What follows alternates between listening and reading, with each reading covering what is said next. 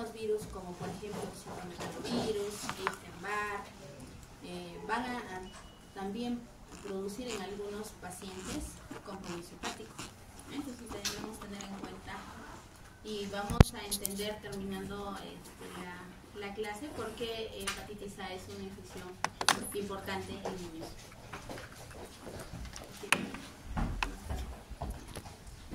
Entonces, lo bueno es que la hepatitis A es una enfermedad en general que no tiene compromiso futuro, es una enfermedad que se autolimita, ¿no? Pero es de presentación aguda.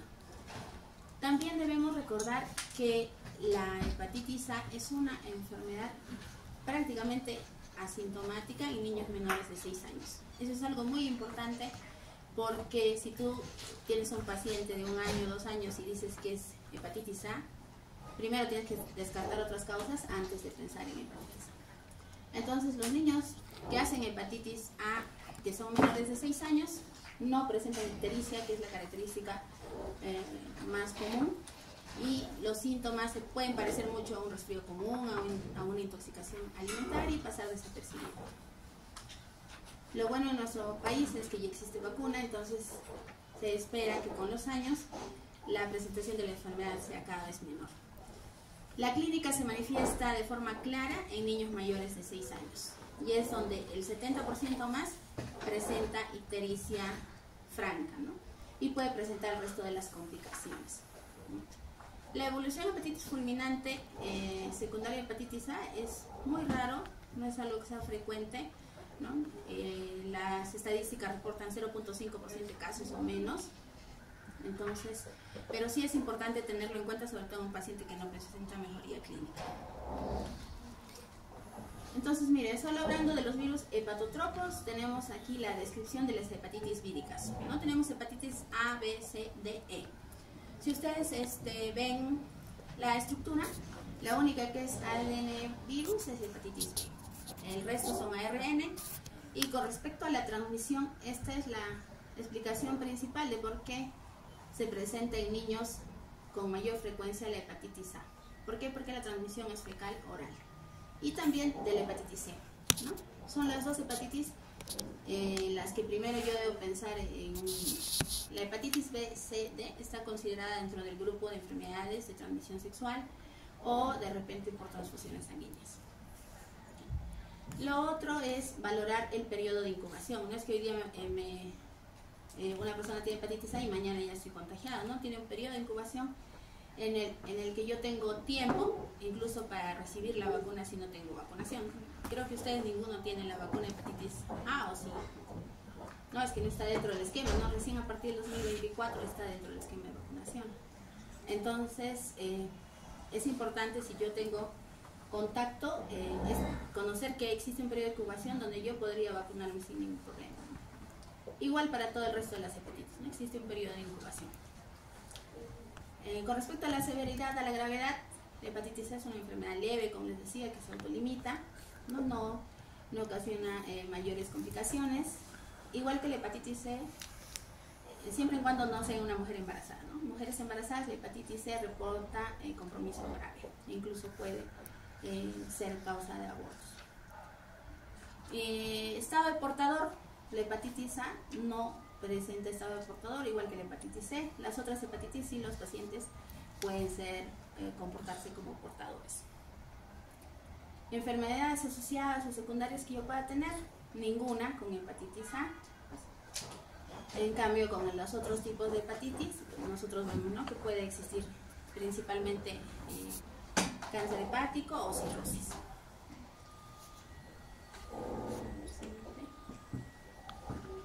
Entonces, ¿cuál es la etiología? La etiología es el virus de la hepatitis.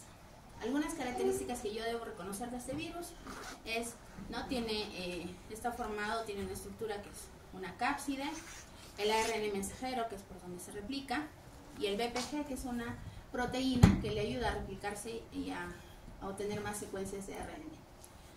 Lo otro es que ya habíamos dicho que el ingreso es a través de la vía oral o el acceso a través de la vía oral. Y nosotros vamos a ver que el virus de la hepatitis A es estable a una acidez a pH 1. Por eso puede fácilmente pasar o tolerar la acidez del estómago. ¿No? También es estable a algunos disolventes, incluso como el éter, el cloroformo, a detergentes, hay que decir, ¿no? Aguas saladas, en aguas freáticas incluso puede sobrevivir meses, y a la desecación también se mantiene estable. Entonces, ¿cómo sería inactivado? Con la cloración adecuada del agua potable, que de eso todavía nosotros carecemos en algunas zonas de nuestra región, ¿no? Al formol, algunos ácidos y a la radiación ultravioleta, ¿no? Entonces, si yo hablo de temperatura, vemos que a 4 grados de temperatura el virus se mantiene estable. A los 56 grados, que sería un poco más de la mitad del punto de ebullición, por 30 minutos todavía se va a mantener estable. Y pasando los 61 grados, a los 20 minutos ya se inactivaría, ¿no? Entonces, ahí la importancia de hervir adecuadamente el agua, porque nosotros sabemos que aquí en nuestra altura el punto de ebullición no es 100 grados centígrados, es menos, ¿no? Entonces eso es lo que tenemos que valorar. Y bueno, con todas estas características, el virus puede avanzar o progresar hacia el hígado, ¿no? Que es su lugar de elección. Entonces, miren, nosotros vemos la epidemiología a nivel mundial y vemos el color rojo oscuro, que prácticamente abarca casi todos los continentes, ¿no? América del Sur, África, una gran parte de Asia, donde la prevalencia es alta, ¿no? Entonces nosotros estamos ubicados cerca, ¿no? El rojo más claro es la prevalencia es intermedia alta, ¿no? Ya en algunos países se introducen algunos países más de Asia, ¿no? La enfermedad es casi de incidencia muy baja en Estados Unidos, en algunos países de Europa y en Oceanía, donde conocen la enfermedad clásicamente por los libros, pero no tienen casos o no tienen muchos pacientes, ¿no?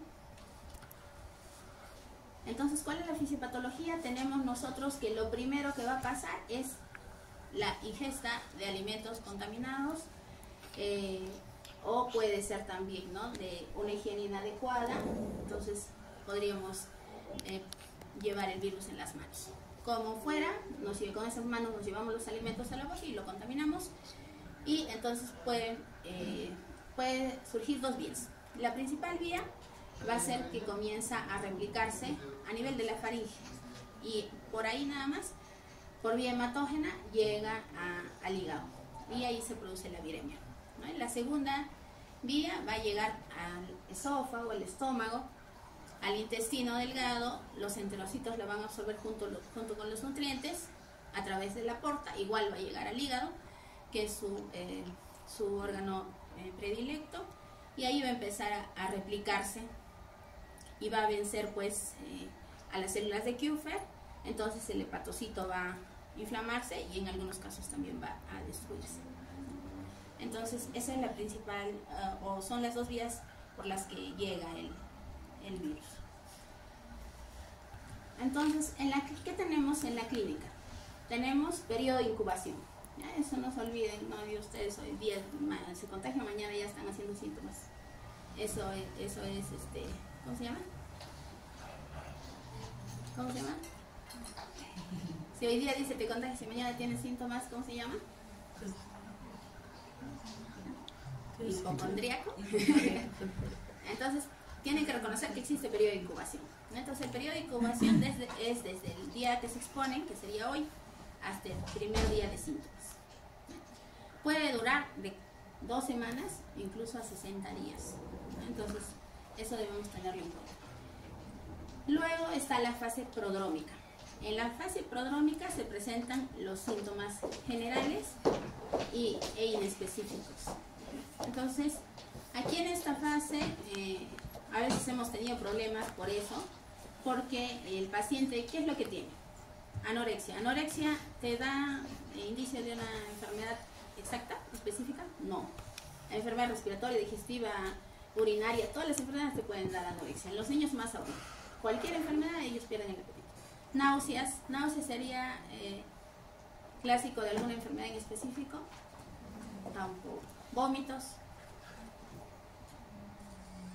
Podrías decir, yo te digo, está vomitando todo, tú me dices, es una enfermedad. Entonces, fiebre, peor, ¿no? Fiebre de todas las enfermedades. Y en algunos casos puede dar diarrea, ¿no? Entonces, nosotros hemos tenido pacientes que han venido con esa sintomatología y después se ha manifestado como tal hepatitis y ahí hemos tenido dificultades, ¿no? Porque no nos hemos dado cuenta que era hepatitis, pero como vamos a sospechar, imagínense que todos los pacientes vienen así, yo digo, en intoxicación alimentaria, no sé, ¿no? Diarrea viral, en todos no voy a hacer prueba para hepatitis, ¿no? Entonces es importante reconocer que existe esa fase prodrómica, que también tiene un tiempo de duración aproximado de 2 semanas. Luego está la fase ictérica. En la fase ictérica ya todos hacen el diagnóstico, ¿no? O al menos me dicen que tiene una hepatopatía. Entonces, en la fase ictérica, lo que nosotros vemos más comúnmente en el hospital, o por lo que viene, es coluria. Es lo que más le llama la atención a los papás. A veces no se dan cuenta de la ictericia, a veces no es tan notorio, ¿no? Pero la coluria, eso sí es notorio en los padres, en los mismos niños, ¿no? Se notan que van al baño y la coloración de la orina es, o la manifestación principal que dicen es como Coca-Cola, como té cargado, ¿no? Entonces, es lo más importante. Luego está también la colia, ¿no? Que podría presentarse. La ictericia, que donde lo revisamos con frecuencia, es en las escleras. El dolor en el hipocondrio derecho también es una manifestación. Y bueno, la hepatomegalia ya cuando yo haga examen físico, ¿no? Y finalmente viene el periodo de convalecencia. Eso también es importante conocerlo para no alarmarnos y también para no hacer gastos innecesarios ni exámenes innecesarios. ¿Por qué? Porque los parámetros bioquímicos se normalizan, o sea, tu TGO, TGP se va a normalizar en 2 a 3 meses. Es innecesario que te tomes exámenes o que a veces nos piden, ¿no? O sea, ha ingresado con 3000 de TP, pero su control igual va a salir alto, ¿no? Igual va a salir elevado.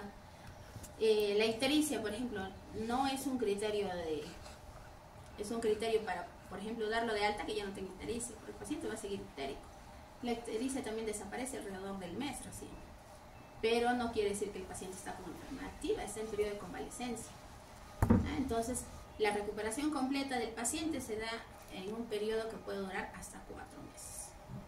Es importante conocer esa parte. Entonces, ¿cómo hago el diagnóstico? Entonces, en el diagnóstico, primero yo voy a demostrar que es una enfermedad de causa hepática, ¿no? Y luego voy a tratar de buscar el agente específico. Entonces, en las pruebas de función hepática, yo tengo Mauricio.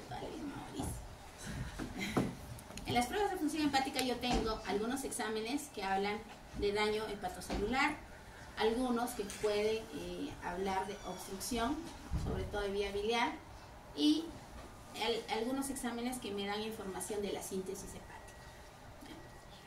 Entonces, las pruebas de función hepática que hablan de daño hepatocelular, estamos hablando de las transaminasas, ¿no? Entonces,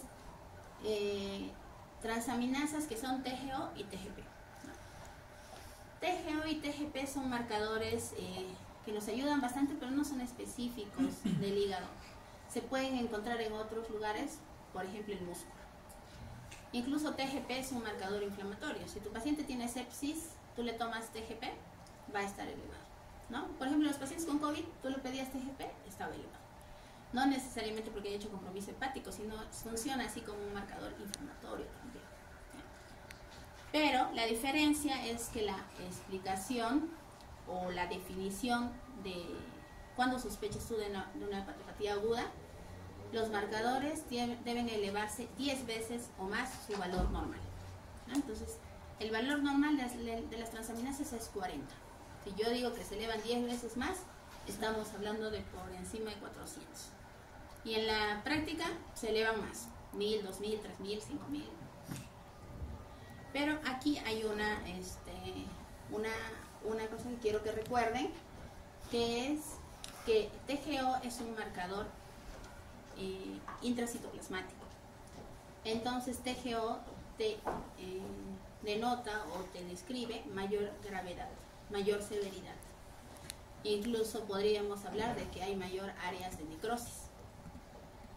Por eso es que casi siempre lo que tú vas a ver es que TGP siempre es más alto, ¿no? Se puede ser 3.000, 4.000, pero TGP siempre está por encima y TGO es menos. Cuando hay inversión de TGO o TGP, yo estoy diciendo que esta enfermedad es más severa, ¿no? Por eso es un criterio de hospitalización. Ahora, hablando de bilirrubinas, de GGT o de fosfatasa alcalina, no suelen estar muy elevados, excepto de que estemos hablando de forma colestásica, ¿no? Que es algo que no es frecuente en niños y también es más severo. Y ya hablando de síntesis hepática, nosotros hablamos de albúmina y de TP, disminución de albúmina y el TP prolongado. Entonces, también nos habla de curso grave de la enfermedad. Es importante conocer eso. Y bueno, la prueba serológica ya es para confirmación del virus. Entonces yo tengo que tomar IgM antivirus de la hepatitis A. Su valor más alto se da durante la semana 4 a la 8, donde empieza a descender, ¿no? Y luego ya a desaparecer. En cambio, la inmunoglobulina G, antivirus de la hepatitis A, es detectable después del título de inmunoglobulina M, pero esta ya permanece o persiste de por vida y nos proporciona una inmunidad continua contra la reinfección.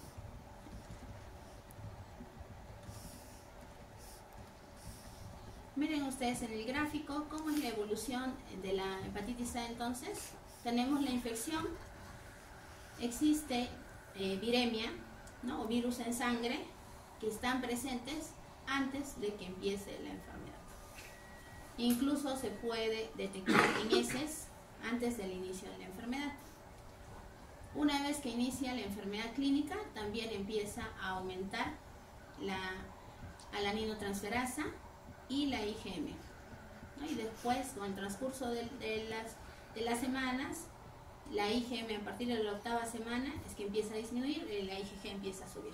Y se mantiene ya estable durante todo el tiempo, ¿no? Si nos tomamos algún examen nosotros, probablemente muchos de nosotros tengamos IgG positivo, ¿no? Porque ya nos hemos expuesto al virus. Y si nos hemos expuesto de muy pequeños, ¿no? Menos de los 6 años, probablemente hemos hecho así como un resfrío o como una intoxicación alimentaria y ha pasado ese paciente. Entonces, esa es la evolución que sigue la enfermedad. Ahora, ¿cuáles son los criterios de hospitalización? Nosotros tenemos que reconocerlos porque, como ustedes han visto, el periodo de enfermedad de la hepatitis A es largo, ¿no? Y no necesariamente va a tener que estar hospitalizado todo ese tiempo, puede estar en casa. Pero si el paciente tiene vómitos incoercibles, que se definen como más de 3 vómitos en una hora, o sea, no tolera nada, va a tener que hospitalizarse porque va a deshidratarse, si es que no está deshidratado ya. Si hay dolor abdominal intenso, ¿no? No se olviden que aquí lo que tenemos es hepatomegalia. ¿Por qué? Porque hay inflamación hepática, la cápsula de Gliso se distiende, nos causa dolor y por ende el hígado, cuando yo lo palpe, va a estar por debajo del reborde costal. Al estar por debajo del reborde costal, cualquier golpe, caída, puede hasta lacerar o romper el hígado, ¿no?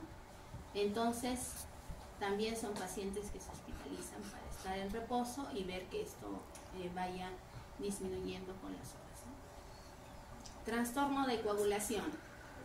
En trastorno de coagulación estamos hablando de tiempo de protrombina prolongado. Solo tiempo de protrombina, ¿ya? Que requiere o necesita pues corrección. Y lo que les mencionaba, ¿no? Inversión TGO, TGP. Si hay inversión, TGO es más alto, yo estoy pensando que está manifestándose de una forma severa o hay gran compromiso. Entonces son los criterios por los que el paciente se va a hospitalizar. ¿Y cuánto? Todo depende de que estos síntomas vayan desapareciendo, ¿no? Los vómitos, por ejemplo, que empiece a tolerar la vía oral, porque si no va a seguir, si está deshidratado, lo clasificaremos como tipo de deshidratación, lo hidratamos. Si no está deshidratado, con Jolida y Selar. Igual, el dolor abdominal vamos a ir vigilando que vaya disminuyendo poco a poco. El trastorno de coagulación, todas las guías reportan que en hepatitis A, con la primera dosis de vitamina K debe corregirse. pero igual se reciben 3 dosis. Entonces, por lo menos por ese motivo va a estar hospitalizado 3 días. Y bueno, si los síntomas revierten, estoy pensando yo también que están disminuyendo o están siendo controlados el ascenso de las transaminasas. Entonces, ¿cuál es el tratamiento? El tratamiento es de soporte. Primero, hidratación. Hidratación es importante reconocer los signos de deshidratación, ¿no? En general, los pacientes, como han tenido una etapa prodrómica donde ya tenían disminución de apetito, ya estaban con algunas náuseas y todo, tienen un tiempo o algunos días ya que están con una ingesta inadecuada de aporte de líquidos y nutrientes, ¿no? Entonces tenemos que hacer hidratación adecuada. Luego es manejo de la fiebre. Y en manejo de la fiebre, ¿qué medicamento le doy? ¿Cuál? Justo quería que me digan paracetamol. El paracetamol es hepatotóxico, ¿no? Estamos frente a un proceso hepático, entonces justo el paracetamol es el que no se da, ¿ya? Cualquier otro AINE podemos usar para manejar la fiebre, pero paracetamol no.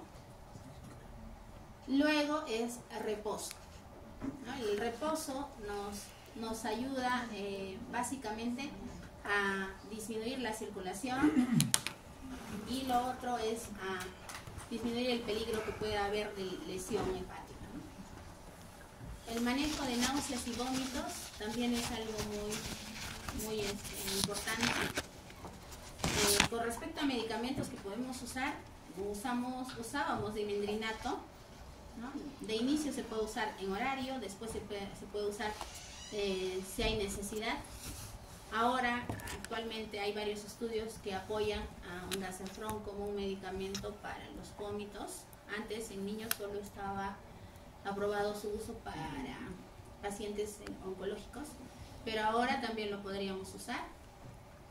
Y si ya no tiene vómitos el paciente, pero tiene náuseas o demasiadas náuseas,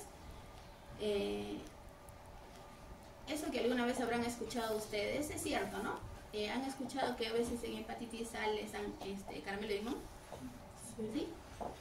O sea, es cierto, pero no por el caramelo ni por el dulce, por la salivación.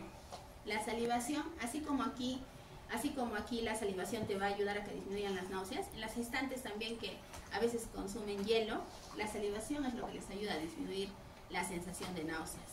No es tanto el caramelo y el dulce. Podría ser una opción si de repente van a estar en casa y en el hospital nunca dieron, ¿no? Receta caramelo del mundo, pero podría ser una opción. Corrección de TP es vitamina K, ¿no? Pero estamos hablando de vitamina K endovenoso, ¿ya?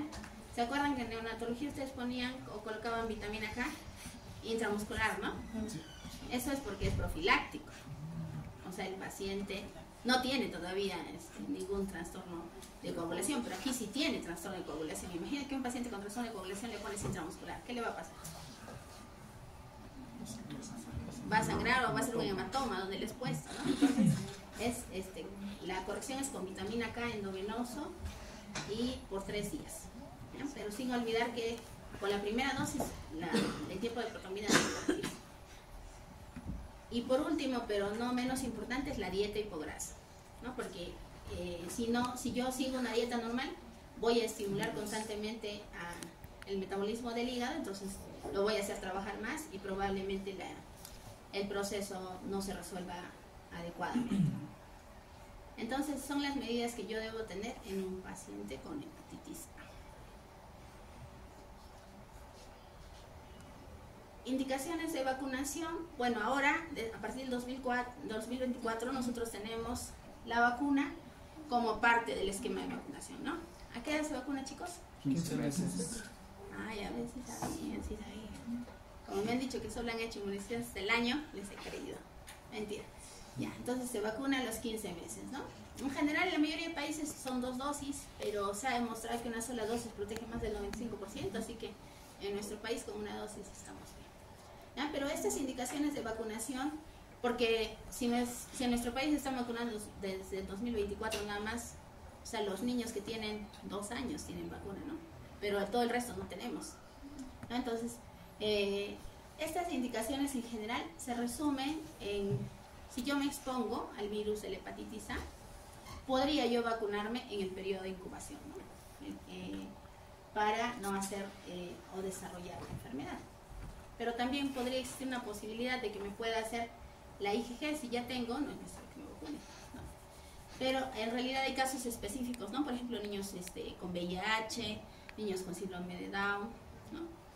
Podríamos elegir ese grupo de pacientes para la vacunación.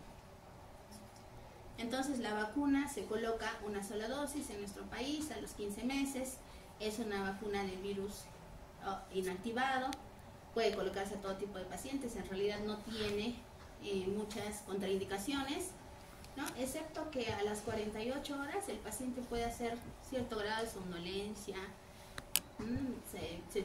tiene cierta apatía, y a un niño pues de edad tan temprana es un poco preocupante que tenga esa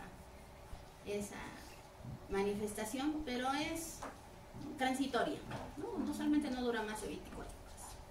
Entonces, para nosotros la prevención es la vacuna, pero también el lavado de manos, ¿no? Las medidas higiénico-dietéticas, el consumo de agua potable adecuadamente clorada, y bueno, la protección siempre está pues a los niños que son el grupo más vulnerable, ¿no? ¿Alguna pregunta, chicos? ¿Por qué a los 15 meses de vacunación? La verdad que se han hecho varios estudios, sobre todo de vacunas virales, ¿no? Y la mayoría reportan que no se pueden poner antes del año, ¿no? Sobre todo por enfermedades o reacciones alérgicas, y en los estudios no son pacientes que toleren antes de la edad, ¿no? Igual que CPR, igual que varicela. Entonces, por eso esa es la edad en la que debe poner. Y lo otro es que más o menos a partir de esa edad es pues donde ya te expones a ese contacto, ¿no? Fecal oral. Porque a más pequeño, por ejemplo, los 6 meses, antes de los 6 meses, si es lactancia materna exclusiva, difícil que te expongas, ¿no? A enfermedades infectocontagiosas. ¿Y se puede poner antes? No. En algunos casos. No está escrito en la norma técnica. La edad es 15 meses. Y según otros países, ellos todos ponen a partir del año en adelante, no ponen antes. Con la segunda dosis a los 6 meses de la primera. ¿Alguna pregunta más, chicos? ¿Y por qué la TP indica severidad? ¿Por qué? Porque, como mencionábamos, es un examen que se pide ya hablando de síntesis hepática, ¿no? Ya estás hablando de que hay compromiso en la función del hígado. No solo está inflamado, sino ya está alterándose su función. Entonces, es por ese motivo que estamos pensando de que hay un mayor compromiso de células. No solo son algunas que se han comprometido, sino son varias para que ya se estén manifestando eso. Y después del contagio, ¿en cuánto tiempo hace un niño ictericia? Más o menos es un mes, ¿no? Pero no te olvides que la etapa prodrómica, 14, 21 días hasta 60, ¿no? El periodo de incubación. Y la etapa prodrómica ya empieza primero 2 semanas en las que estás así con malestar, que no quieres comer, que tienes malestar, que tienes esto, que tienes lo, y después recién así ictericia, ¿no? Pero más o menos es un promedio. Más o menos. Sí. ¿Alguna pregunta más, chicos? Respecto a la inmunoglobulina como profilaxis. También se puede poner en algunos casos, ¿no? Sobre todo en adultos ha habido reportes de que se puede colocar, pero el detalle es, tendríamos que comprobar primero que no hemos estado expuestos, ¿no? O sea, tendríamos que hacernos el examen de IgG primero para colocarnos, ¿no? Pero si no, o sea, la vacuna tiene la misma función, ¿no? Tiene la misma función. ¿Alguna pregunta más, chicos? Nada. Tifoidea. Entonces seguimos con fiebre tifoidea. ¿Cuál es la enfermedad que es la simuladora, la que puede ser todas las enfermedades a la vez? Tuberculosis, ¿no? La segunda es tifoidea, la segunda simuladora. Porque van a ver que en la clínica tiene síntomas más diversos todavía, ¿no? Entonces, en el caso de hepatitis es una enfermedad en general local, digamos, con síntomas hepáticos. Tifoidea tiene síntomas bien diversos, ¿no? Entonces, y la principal diferencia que no es una enfermedad localizada, sino es una enfermedad generalizada, causada por una bacteria adquirida en la comunidad. La principal deficiencia es, sigue siendo pues países donde la infraestructura sanitaria, las medidas higiénico-dietéticas siguen siendo deficientes. Y aquí ya tenemos compromiso no solo de un órgano, sino el compromiso inicial es a nivel retículo endotelial y luego se distribuye a todos los órganos en general. Y algo muy importante que deben recordar es que tifoidea compromete uno de los sistemas que es de difícil acceso para algunos medicamentos, que es la vesícula biliar. Ustedes recuerdan que en meningitis les decían, ¿no?, que hay medicamentos que atraviesan o no la barrera hematoencefálica. Igual hay medicamentos que llegan o no a la vesícula biliar. No todos llegan. Entonces, esa es una de las dificultades y de por qué algunos pacientes se van a la cronicidad en fiebre tifoidea. Entonces, ¿cuál es la etiología? Tenemos que la etiología principal es salmonela, ¿no? Salmonela es un gram negativo, que es anaerobio facultativo, que tiene un flagelo. Las características que tiene en su estructura, como ustedes están viendo, hacen que se presente pues la sintomatología típica, ¿no? Por ejemplo, la endotoxina, que se encuentra en la capa de lipopolisacáridos, da la característica fiebre, de fiebre tifoidea o la fiebre entérica, ¿no? La fiebre tifoidea es una fiebre de origen vespertino, que en general se da en picos, usualmente causa bastante malestar en el paciente y en algunos casos supera los 39 grados centígrados, ¿no? Las fimbrias que tiene le permiten una mejor adherencia. El antígeno O, que es lo que se usa para la prueba de Widal, inhibe la fagocitosis de nuestros mecanismos de defensa. Tiene también una enterotoxina, la cual es la responsable de que en algunos casos los pacientes tengan diarrea. El flagelo le permite una mejor movilidad, también una mayor adherencia y también inhibe la fagocitosis. Entonces tiene muchos componentes que le ayudan a sobrevivir a nuestros agentes defensivos. Y si nosotros vamos a ver tanto las especies, las subespecies como los serotipos, vamos a encontrar de que existen un montón, ¿no? Entonces, nosotros, fiebre tifoidea, estamos hablando de salmonela entérica, ¿sí? Y miren, salmonela entérica, la subespecie entérica tiene 1531 serotipos, o sea, son un montón. Por eso también es que, como van a ver más adelante, en lo que es inmunización, tienen que repetirse con cierta frecuencia, ¿no? Por ese motivo. Y con respecto a los serotipos, nosotros vamos a ver que los que ocasionan fiebre entérica están la paratifi A, B, C y la tifi, que es la principal causa, ¿no?, de fiebre tifoidea. Todo el resto que puede manifestarse son salmonelas que no ocasionan tifoidea o tienen otro tipo de manifestaciones. Y miren, la bacteria tiene una estructura antigénica que se nos reporta en las aglutinaciones o la reacción de Widal, donde el somático O es un lipopolisacárido de la pared celular, lo cual es una base para la clasificación en subgrupos. Y el flagelar H es la base para la clasificación en especies, ¿no?, que es una secuencia de aminoácidos que forma la flagelina. Y la envoltura B ya es la que impide la aglutinación del suero anti-O y es responsable de la virulencia de algunas especies, ¿no? Entonces, ¿cuál es la epidemiología en estos casos? Nosotros hemos conocido que en reportes de la OMS a nivel mundial se presentan 9 millones de casos por año,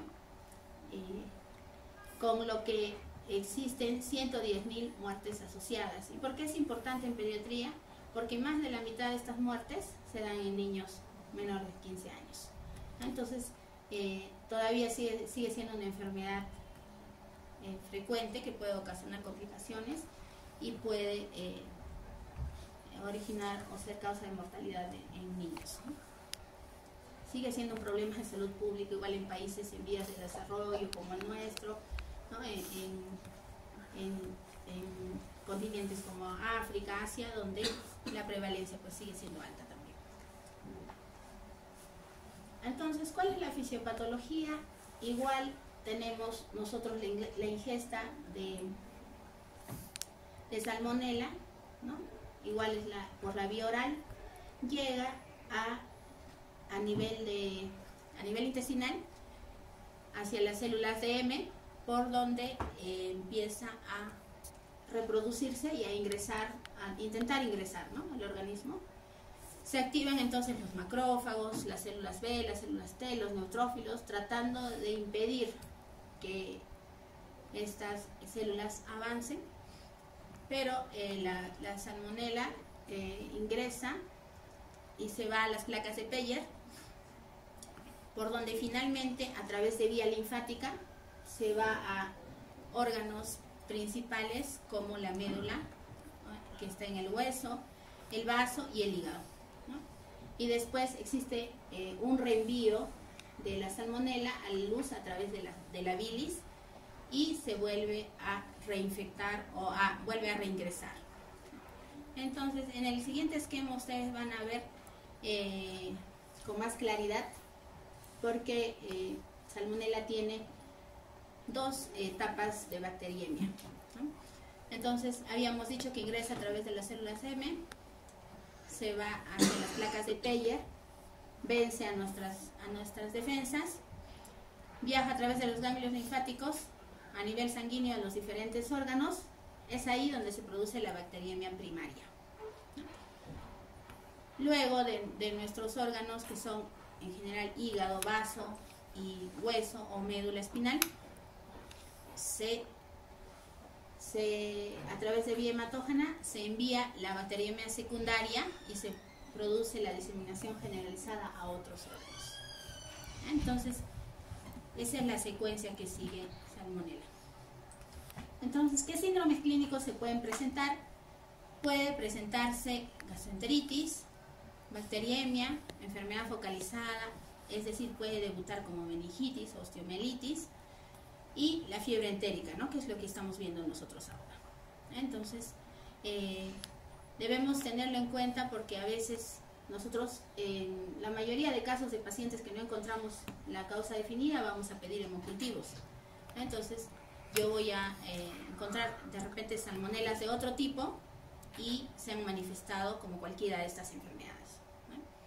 Entonces, en meningitis, en osteomielitis, también yo tengo que buscar salmonela como germen, considerando y conociendo que es un germen agresivo, no es común y que deja muchas secuelas.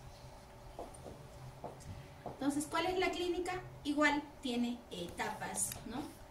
Tiene etapas donde empieza con un periodo de latencia de invasión a nivel intestinal. Entonces, lo primero que se va a producir es cambios tisulares. Entonces, en los cambios tisulares van a haber síntomas igual, ¿no?, inespecíficos. ¿Qué va a presentar el paciente? Debilidad, malestar, ¿no? Algunos casos puede presentar dolor de garganta, cefalea, anorexia, ¿no? Entonces, viene un paciente en esta etapa de cambios tisulares, ¿tú qué vas a decir? Faringitis, ¿no?, amigdalitis, resfrío común, puede ser, ¿no? Luego ya se presentan los signos y síntomas. Y el principal síntoma es la fiebre, ¿no? Por eso se llama fiebre tifoidea. A veces es el único. Fiebre tifoidea es una de las enfermedades infecciosas que es parte del estudio, por ejemplo, de fiebre sin foco. ¿Por qué? Porque a veces es el único síntoma o el resto de síntomas son inespecíficos, no nos ayuda para una enfermedad tal cual, ¿no? El dolor abdominal también puede ser desde leve a moderado a severo. Algunos pacientes debutan con diarrea y algunos otros con estreñimiento. Algunos pueden tener náuseas, vómitos, algunos pueden tener diarrea con sangre, fatiga intensa, escalofríos, algunos pueden tener tos, ¿no? Existe en los pacientes de tifoidea es algo muy frecuente la bradicardia relativa. Y si yo quiero diferenciar de repente, porque no me doy cuenta, pienso que podría ser también hepatitis, estos pacientes presentan aparte esplenomegalia. Es una de las diferencias principales, ¿no? En hepatitis hay hepatomegalia sí, pero el vaso está normal. Aquí puede haber hepatoesplenomegalia. Entonces, si sigue progresando o vence a las defensas del huésped, ya el paciente llega a un estado de defecto o daño, donde se presenta taquicardia, delirium, distensión abdominal, las manchas color rosa en el tórax, ¿no? Hepatoesplenomegalia clara, y las complicaciones más importantes son la perforación, la hemorragia intestinal o la bacteriemia. Entonces, lo bueno es que esto no se, digo bueno porque tiene periodos, ¿no? No se produce de un día para otro. Entonces, en la clínica hay declarado ya que evoluciona por semanas. Entonces, en la primera semana, miren, el paciente tiene fiebre, ¿no? Y es ascendente a predominio vespertino, ¿no? Luego está la bacteriemia, los escalofríos, y quizás lo único que te pueda hacer pensar en tifoidea es la bradicardia relativa, donde se manifiesta la disociación entre temperatura y pulso. ¿Qué significa? Que cuando un paciente tiene fiebre, ¿cuál es la respuesta normal del pulso del corazón? Taquicardia. Tú le palpas a estos pacientes y no tienen taquicardia, tienen bradicardia. O sea, tienen fiebre y bradicardia, ¿no? Por eso habla de bradicardia relativa. Entonces, en esta primera semana, como les decía, incluso es parte, o yo puedo pensar que estoy frente a un paciente con fiebre sin foco, ¿no? En la segunda semana ya se agrega dolor abdominal, manchas rosadas, distensión, diarrea, estreñimiento, hepatomegalia, esplenomegalia, cefalea, tos, coriza, dolor de garganta. Y es en la tercera semana donde ya se presentan las complicaciones, ¿no? Que están dadas por hemorragia intestinal, que incluso puede llegar a perforación y peritonitis, pero la perforación se da por la hiperplasia linfática de las placas de Peyer, ¿no? Entonces, la bacteriemia, bueno, secundaria a esto, y el paciente puede llegar incluso a shock séptico. Pero estábamos hablando de 3 semanas, ¿no? Entonces, ningún papá le va a dejar a su hijo con fiebre 3 semanas. Eso ya es improbable, ¿no? Entonces lo van a traer de repente en la primera o máximo en la segunda semana, donde podemos reconocer la enfermedad y tratarla, ¿ya? Entonces, digamos que eso es lo bueno, que la enfermedad nos da tiempo de hacer el diagnóstico, pero como todo en medicina es relativo, ¿no? Mientras más pequeño sea el paciente, podría evolucionar más rápido a complicaciones, ¿no? Entonces, eso es lo que deberíamos nosotros reconocer. Entonces, ¿cómo yo hago el diagnóstico? Primero tengo que ver qué exámenes le voy a pedir o qué exámenes puedo encontrar alterados en el paciente, ¿no? Entonces, a nivel hematológico, fiebre tifoidea es una de las enfermedades que puede causar pancitopenia, o sea, disminución de las 3 series, ¿no? Que yo veo de repente pancitopenia y digo, lo primero que se nos viene a la mente es leucemia, ¿no? Entonces, tifoidea es una de las enfermedades que puede ocasionar pancitopenia, ¿no? ¿Se acuerdan que había una enfermedad exantemática que también ocasionaba aplasia medular, pancitopenia? ¿Se acuerdan? ¿Ah? ¿Lo hemos hecho? Sí. ¿Sí, no? ¿Exantemática todavía lo hemos hecho? Ah, no hemos hecho, ¿no? Ya. No dije nada. Pero ya van a saber que existe una enfermedad que también causa. Ya, entonces, es común encontrar en el hemograma pancitopenia. Luego, y esta es la principal diferencia, TP y TTPA prolongados. ¿Y hepatitis cuál era? TP. Entonces, eso es importante. Un día en el hospital, yo estaba de turno en la UCI. Cuando estamos en la UCI, vemos a los pacientes de la UCI y solo a los de pediatría, a los que se complicaron. Y me llamaron porque una niña estaba con sangrado activo. La enfermera me dice, es una hepatitis, pero está con sangrado, doctora. Yo le digo, claro, acaba de llegar, ¿no? Acaba de llegar, tiene TP prolongado, está sangrando, es normal, ¿no? Me dice, no, doctora, está 2 días en el hospital. Yo, no, ya le pusimos vitamina K 2 veces. ¿Y qué les he mencionado? Que a la primera dosis se corrige la TP, no tiene por qué estar prolongada.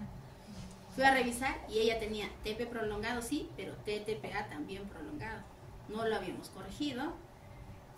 Y tenía TGO y TGP elevado, sí, pero menos, mire que dice acá, no más de 10 veces lo normal. Tenía 360, creo, y 280, algo así. ella no tenía hepatitis, tenía tifoidea, ¿no? ¿Y cuál es? Ya, o sea, pero igual está en el hospital ya, pero si el tratamiento es distinto, ¿no? El tratamiento es diferente. La tifoidea es una bacteria que sí o sí requiere tratamiento antibiótico. Ella en este caso estaba haciendo sangrado activo porque tenía TTPA prolongado. Ahí no lo habíamos visto, ¿no? Entonces, eso es importante que ustedes van a encontrar en la parte hematológica. En el bioquímico, como les menciono, pueden encontrar TGO y TGP elevado. Usualmente no sobrepasa más de 10 veces el valor normal. O sea, no sobrepasa más de 400. Entonces, en algunos casos yo voy a pedir PCR porque estoy en estudio del paciente con fiebre sin foco, que también va a salir elevado, función renal. No se olviden que tifoidea es una enfermedad sistémica. Puede comprometer varios órganos. Y más aún si se va a la sepsis o al shock, va a comprometer varios órganos. Y las pruebas diagnósticas ya específicas de tifoidea, ¿no? La prueba más usada es el hemocultivo. Entonces, igual los hemocultivos son parte del estudio en pacientes con fiebre sin foco, ¿no? Usualmente se hace durante la primera semana de fiebre y es el examen más usado. Pero la prueba más sensible y el gol estándar es mielocultivo. ¿Por qué? Porque sí se acuerdan en la fisiopatología, ¿no? Va y se aloja en la médula ósea. Pero es invasiva, pues sí es costosa, ¿no? Que le digamos a los papás, señor, tiene tifoidea, voy a hacerle aspirado médula ósea, ya no creo que te dejen hacer. Y lo otro es costoso, ¿no? Y necesita personal entrenado. Por eso normalmente no se hace. El coprocultivo también es un examen que nos puede ayudar, pero durante la primera semana, si sea tifoidea, no está recomendado porque los reportes son mínimos. El coprocultivo es positivo a partir de la segunda, tercera semana, ¿sí? Y es el estudio que yo debería hacer. Luego está la prueba de Widal, ¿no? Las famosas aglutinaciones. Igual las aglutinaciones tienen es un examen en general de sospecha, no es un examen diagnóstico. ¿Por qué? Porque tiene falsos negativos y falsos positivos, también puede hacer reacción cruzada. Igual en la primera semana menos del 20% de los pacientes que tienen tifoidea sale positivo. A partir de la segunda semana se toma y detecta pues los anticuerpos contra el antígeno O y el antígeno H. Pero los títulos deben ser superiores a 1/180. Considerar eso para el diagnóstico. Y bueno, finalmente la prueba de ELISA, ¿no? Contra los antígenos del polisacárido bicapsular. Entonces, esos son los exámenes que se puede hacer. ¿Qué nosotros hacemos? Hacemos aglutinaciones, hacemos hemocultivo y dependiendo de en qué semana de la enfermedad están, podríamos hacer coprocultivo.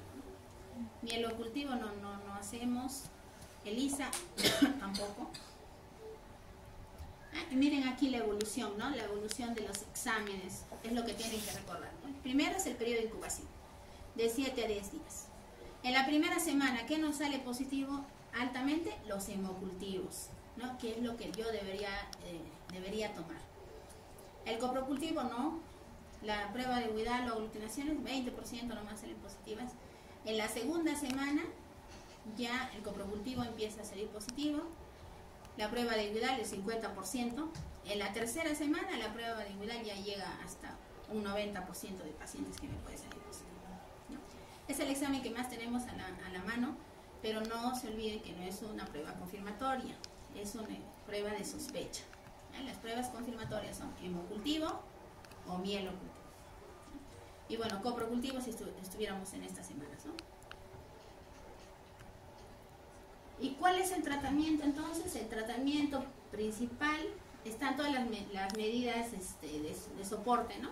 Igual el paciente puede estar deshidratado, puede tener vómitos, puede tener fiebre. No se olviden que los síntomas son inespecíficos, pero el tratamiento principal son los antibióticos, ¿ya?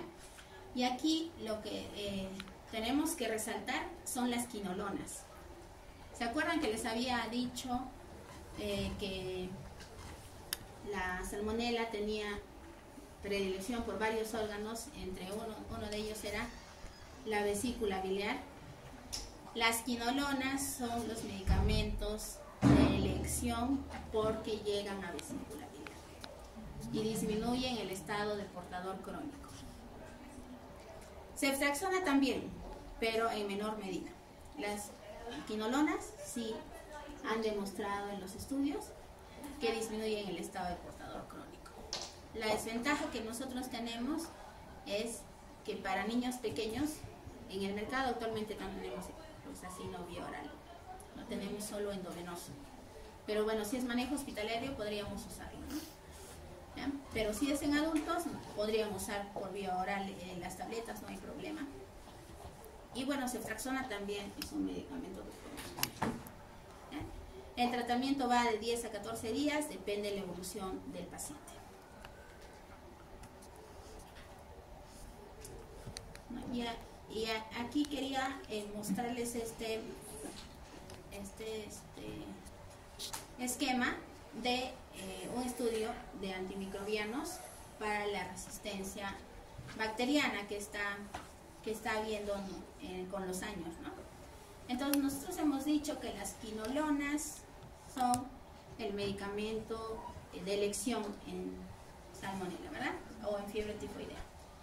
Y miren, con los años, quinolonas, resistencia hasta el 89, 0. ¿No? Después, al 94, ¿no? empezó a aumentar un poquito más. Tal es así que el año del 2018, las quinolonas tienen una resistencia de 35%. Es alto, ¿no? En nuestro hospital, ampicilina, casi igual que este estudio, tiene más de 40. Ya no usamos ampicilina. Jamás usamos ampicilina ni para neumonía, ni para nada. Ya usamos directamente ceftriaxona, ¿no? Entonces, ¿por qué ha sucedido esto? ¿Por qué? Ah, ya, auto. Ustedes nunca lo van a recetar. Para un resfrío no van a recetar antibióticos, todo. Incumplimiento de la Es automedicación. Ah, ya, listo. Se libran. De verdad es preocupante. A mí me preocupa mucho porque ya deben conocer ustedes que hace unos años hay una cefalosporina de tercera generación vía oral en el mercado, ¿no? Que es cefixime. Y ya, todo cefixime, tiene resfrío, tiene faringitis, cefixime. Y no es el tratamiento. ¿Cuál es el tratamiento para faringitis? Amoxicilina. Pero todos los pacientes vienen, han tomado cefixime por tantos días, entonces las cefalosporinas van a empezar a entrar al grupo de resistencia, ¿no? Aquí en este reporte todavía había 5.6% al 2018, pero van a empezar a entrar al grupo de resistencia antimicrobiana. Y la pregunta es ¿qué antibióticos más vamos a usar? Entonces, siempre la responsabilidad de usar el antibiótico correcto en el momento que corresponde, ¿no? ¿Ya? Y luego está la inmunización. Nosotros no tenemos vacuna contra tifoidea, ¿no? Pero en otros países hay. La vacuna T2LA es vía oral. La vacuna de polisacárido B es vía intramuscular, ¿no? Las diferencias son que la edad recomendada de la vía oral es mayores de 6 años. La de la intramuscular es niños mayores de 2 años.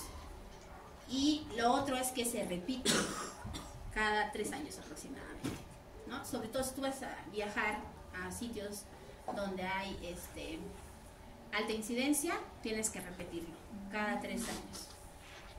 En la vacuna vía oral es en cápsulas, lo toman cada 48 horas, 4 dosis. La intramuscular sí es una sola dosis, pero tiene que repetirse, como les decía, ¿no? O tienen que revacunarse cada 3 años. Probablemente por eso no tenemos, ¿no? Porque imagínate, vacunar cada 3 años. Es a un alto costo, ¿no? Y ahora, ¿cuáles son las complicaciones en los pacientes? O cuando yo pienso que un paciente con tifoidea de repente no debo mandarlo a casa, debe estar hospitalizado. Cuando hay fiebre persistente después de 4 días de tratamiento antimicrobiano. En general, la mayoría de infecciones nosotros esperamos 48 a 72 horas, ¿no? Aquí todavía podemos esperar hasta 4 días para controlar de la fiebre. Cuando el dolor abdominal es intenso, cuando hay vómitos persistentes, cuando hay diarrea grave, ¿no? Cuando hay un flujo alto, distensión abdominal, deshidratación, niños que han tenido antecedente de crisis convulsivas por fiebre, los que no toleran la vía oral, ¿no? Si hemos dicho que el tratamiento puede ser vía oral y no lo toleran, tendrían que hospitalizarse, dificultad respiratoria o si hay hemorragia a cualquier nivel. Porque estoy pensando que hay un trastorno de coagulación en eso, ¿no? Y las complicaciones son perforación intestinal, ya hemos dicho por qué, alteraciones neurológicas, no se olviden que puede haber complicaciones como meningitis, ¿no? Hepatitis con insuficiencia hepática, no es la evolución normal, pero si es que lo presentara es una complicación, miocarditis, es una de las enfermedades que puede ocasionar síndrome hemolítico urémico, neumonía y bueno, coagulación intramuscular diseminada, que ya sería una complicación más severa, ¿no? ¿Listo? Eso es todo, chicos. ¿Alguna pregunta? No, nada. Con respecto a la bradicardia relativa, ¿hay alguna otra infección que pueda causar esto? No, así reportada como tal no, es tifoidea. ¿No? ¿Qué te puede causar varios? No. Ya cuando usaran medicamentos, ahí sí, ¿no? ¿Tiene un bradicardia reflejo? ¿Cómo se llama? Bradicardia relativa. Ah, es relativa porque tienes bradicardia, pero el paciente tiene fiebre, ¿no? Por eso. ¿Y por qué lo causa? ¿Cuál es la explicación? Fisiopatológica o fisiológica. Lo que pasa es que el paciente de inicio o en la primera etapa, en la primera semana, ¿no? El paciente lo que tiene es fiebre, escalofrío, tiene ese episodio, ¿no? Y después ya se establece, digamos, los síntomas. Y cuando se establecen los síntomas, puede ser un síntoma inespecífico, digamos así, que debería recuperarse, pero también tendríamos que valorar el compromiso cardíaco. Siempre a los pacientes que hacen bradicardia relativa, nosotros le hacemos ecocardio. Siempre, para ver cómo está la función cardíaca. Entonces, siempre la hacemos.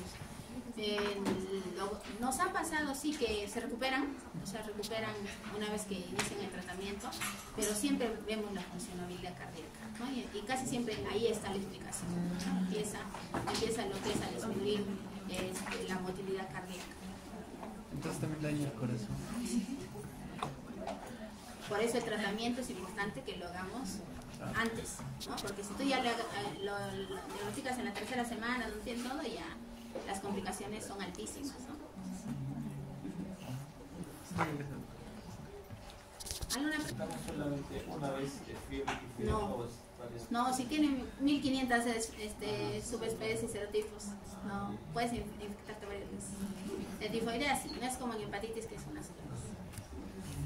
¿Y por qué en esta enfermedad había aumento de TGO y TGP y en hepatitis A solo TGO? ¿Qué le van los dos? No, es el trastorno de coagulación. Es que eso, en la hepatitis A, el ATP es una manifestación de síntesis proteica hepática, ¿no? En cambio, TTPA, en este caso, estamos hablando de compromiso sistémico. Se comporta como una sepsis. En la sepsis tú vas a tomarle a tu paciente y también va a tener TP y TTPA prolongado, pero no por compromiso hepático, sino por compromiso sistémico. O sea, el trastorno de coagulación que se manifiesta es por compromiso sistémico. Por eso es que no debería alterarse en hepatitis TTPA. ¿Y con la vitamina K corregimos los dos o solo No, TP? TTPA se corrige con transfusión de plasma. Plasma fresco. ¿Y la dosis de vitamina K cuánto? Es de 0.3 a 0.5 por kilo, comprendiendo que la ampollita viene de 10, ¿no? Entonces si tú llegas a 10 y a 10 es lo máximo. Listo, chicos, ¿alguna pregunta más? Nada más.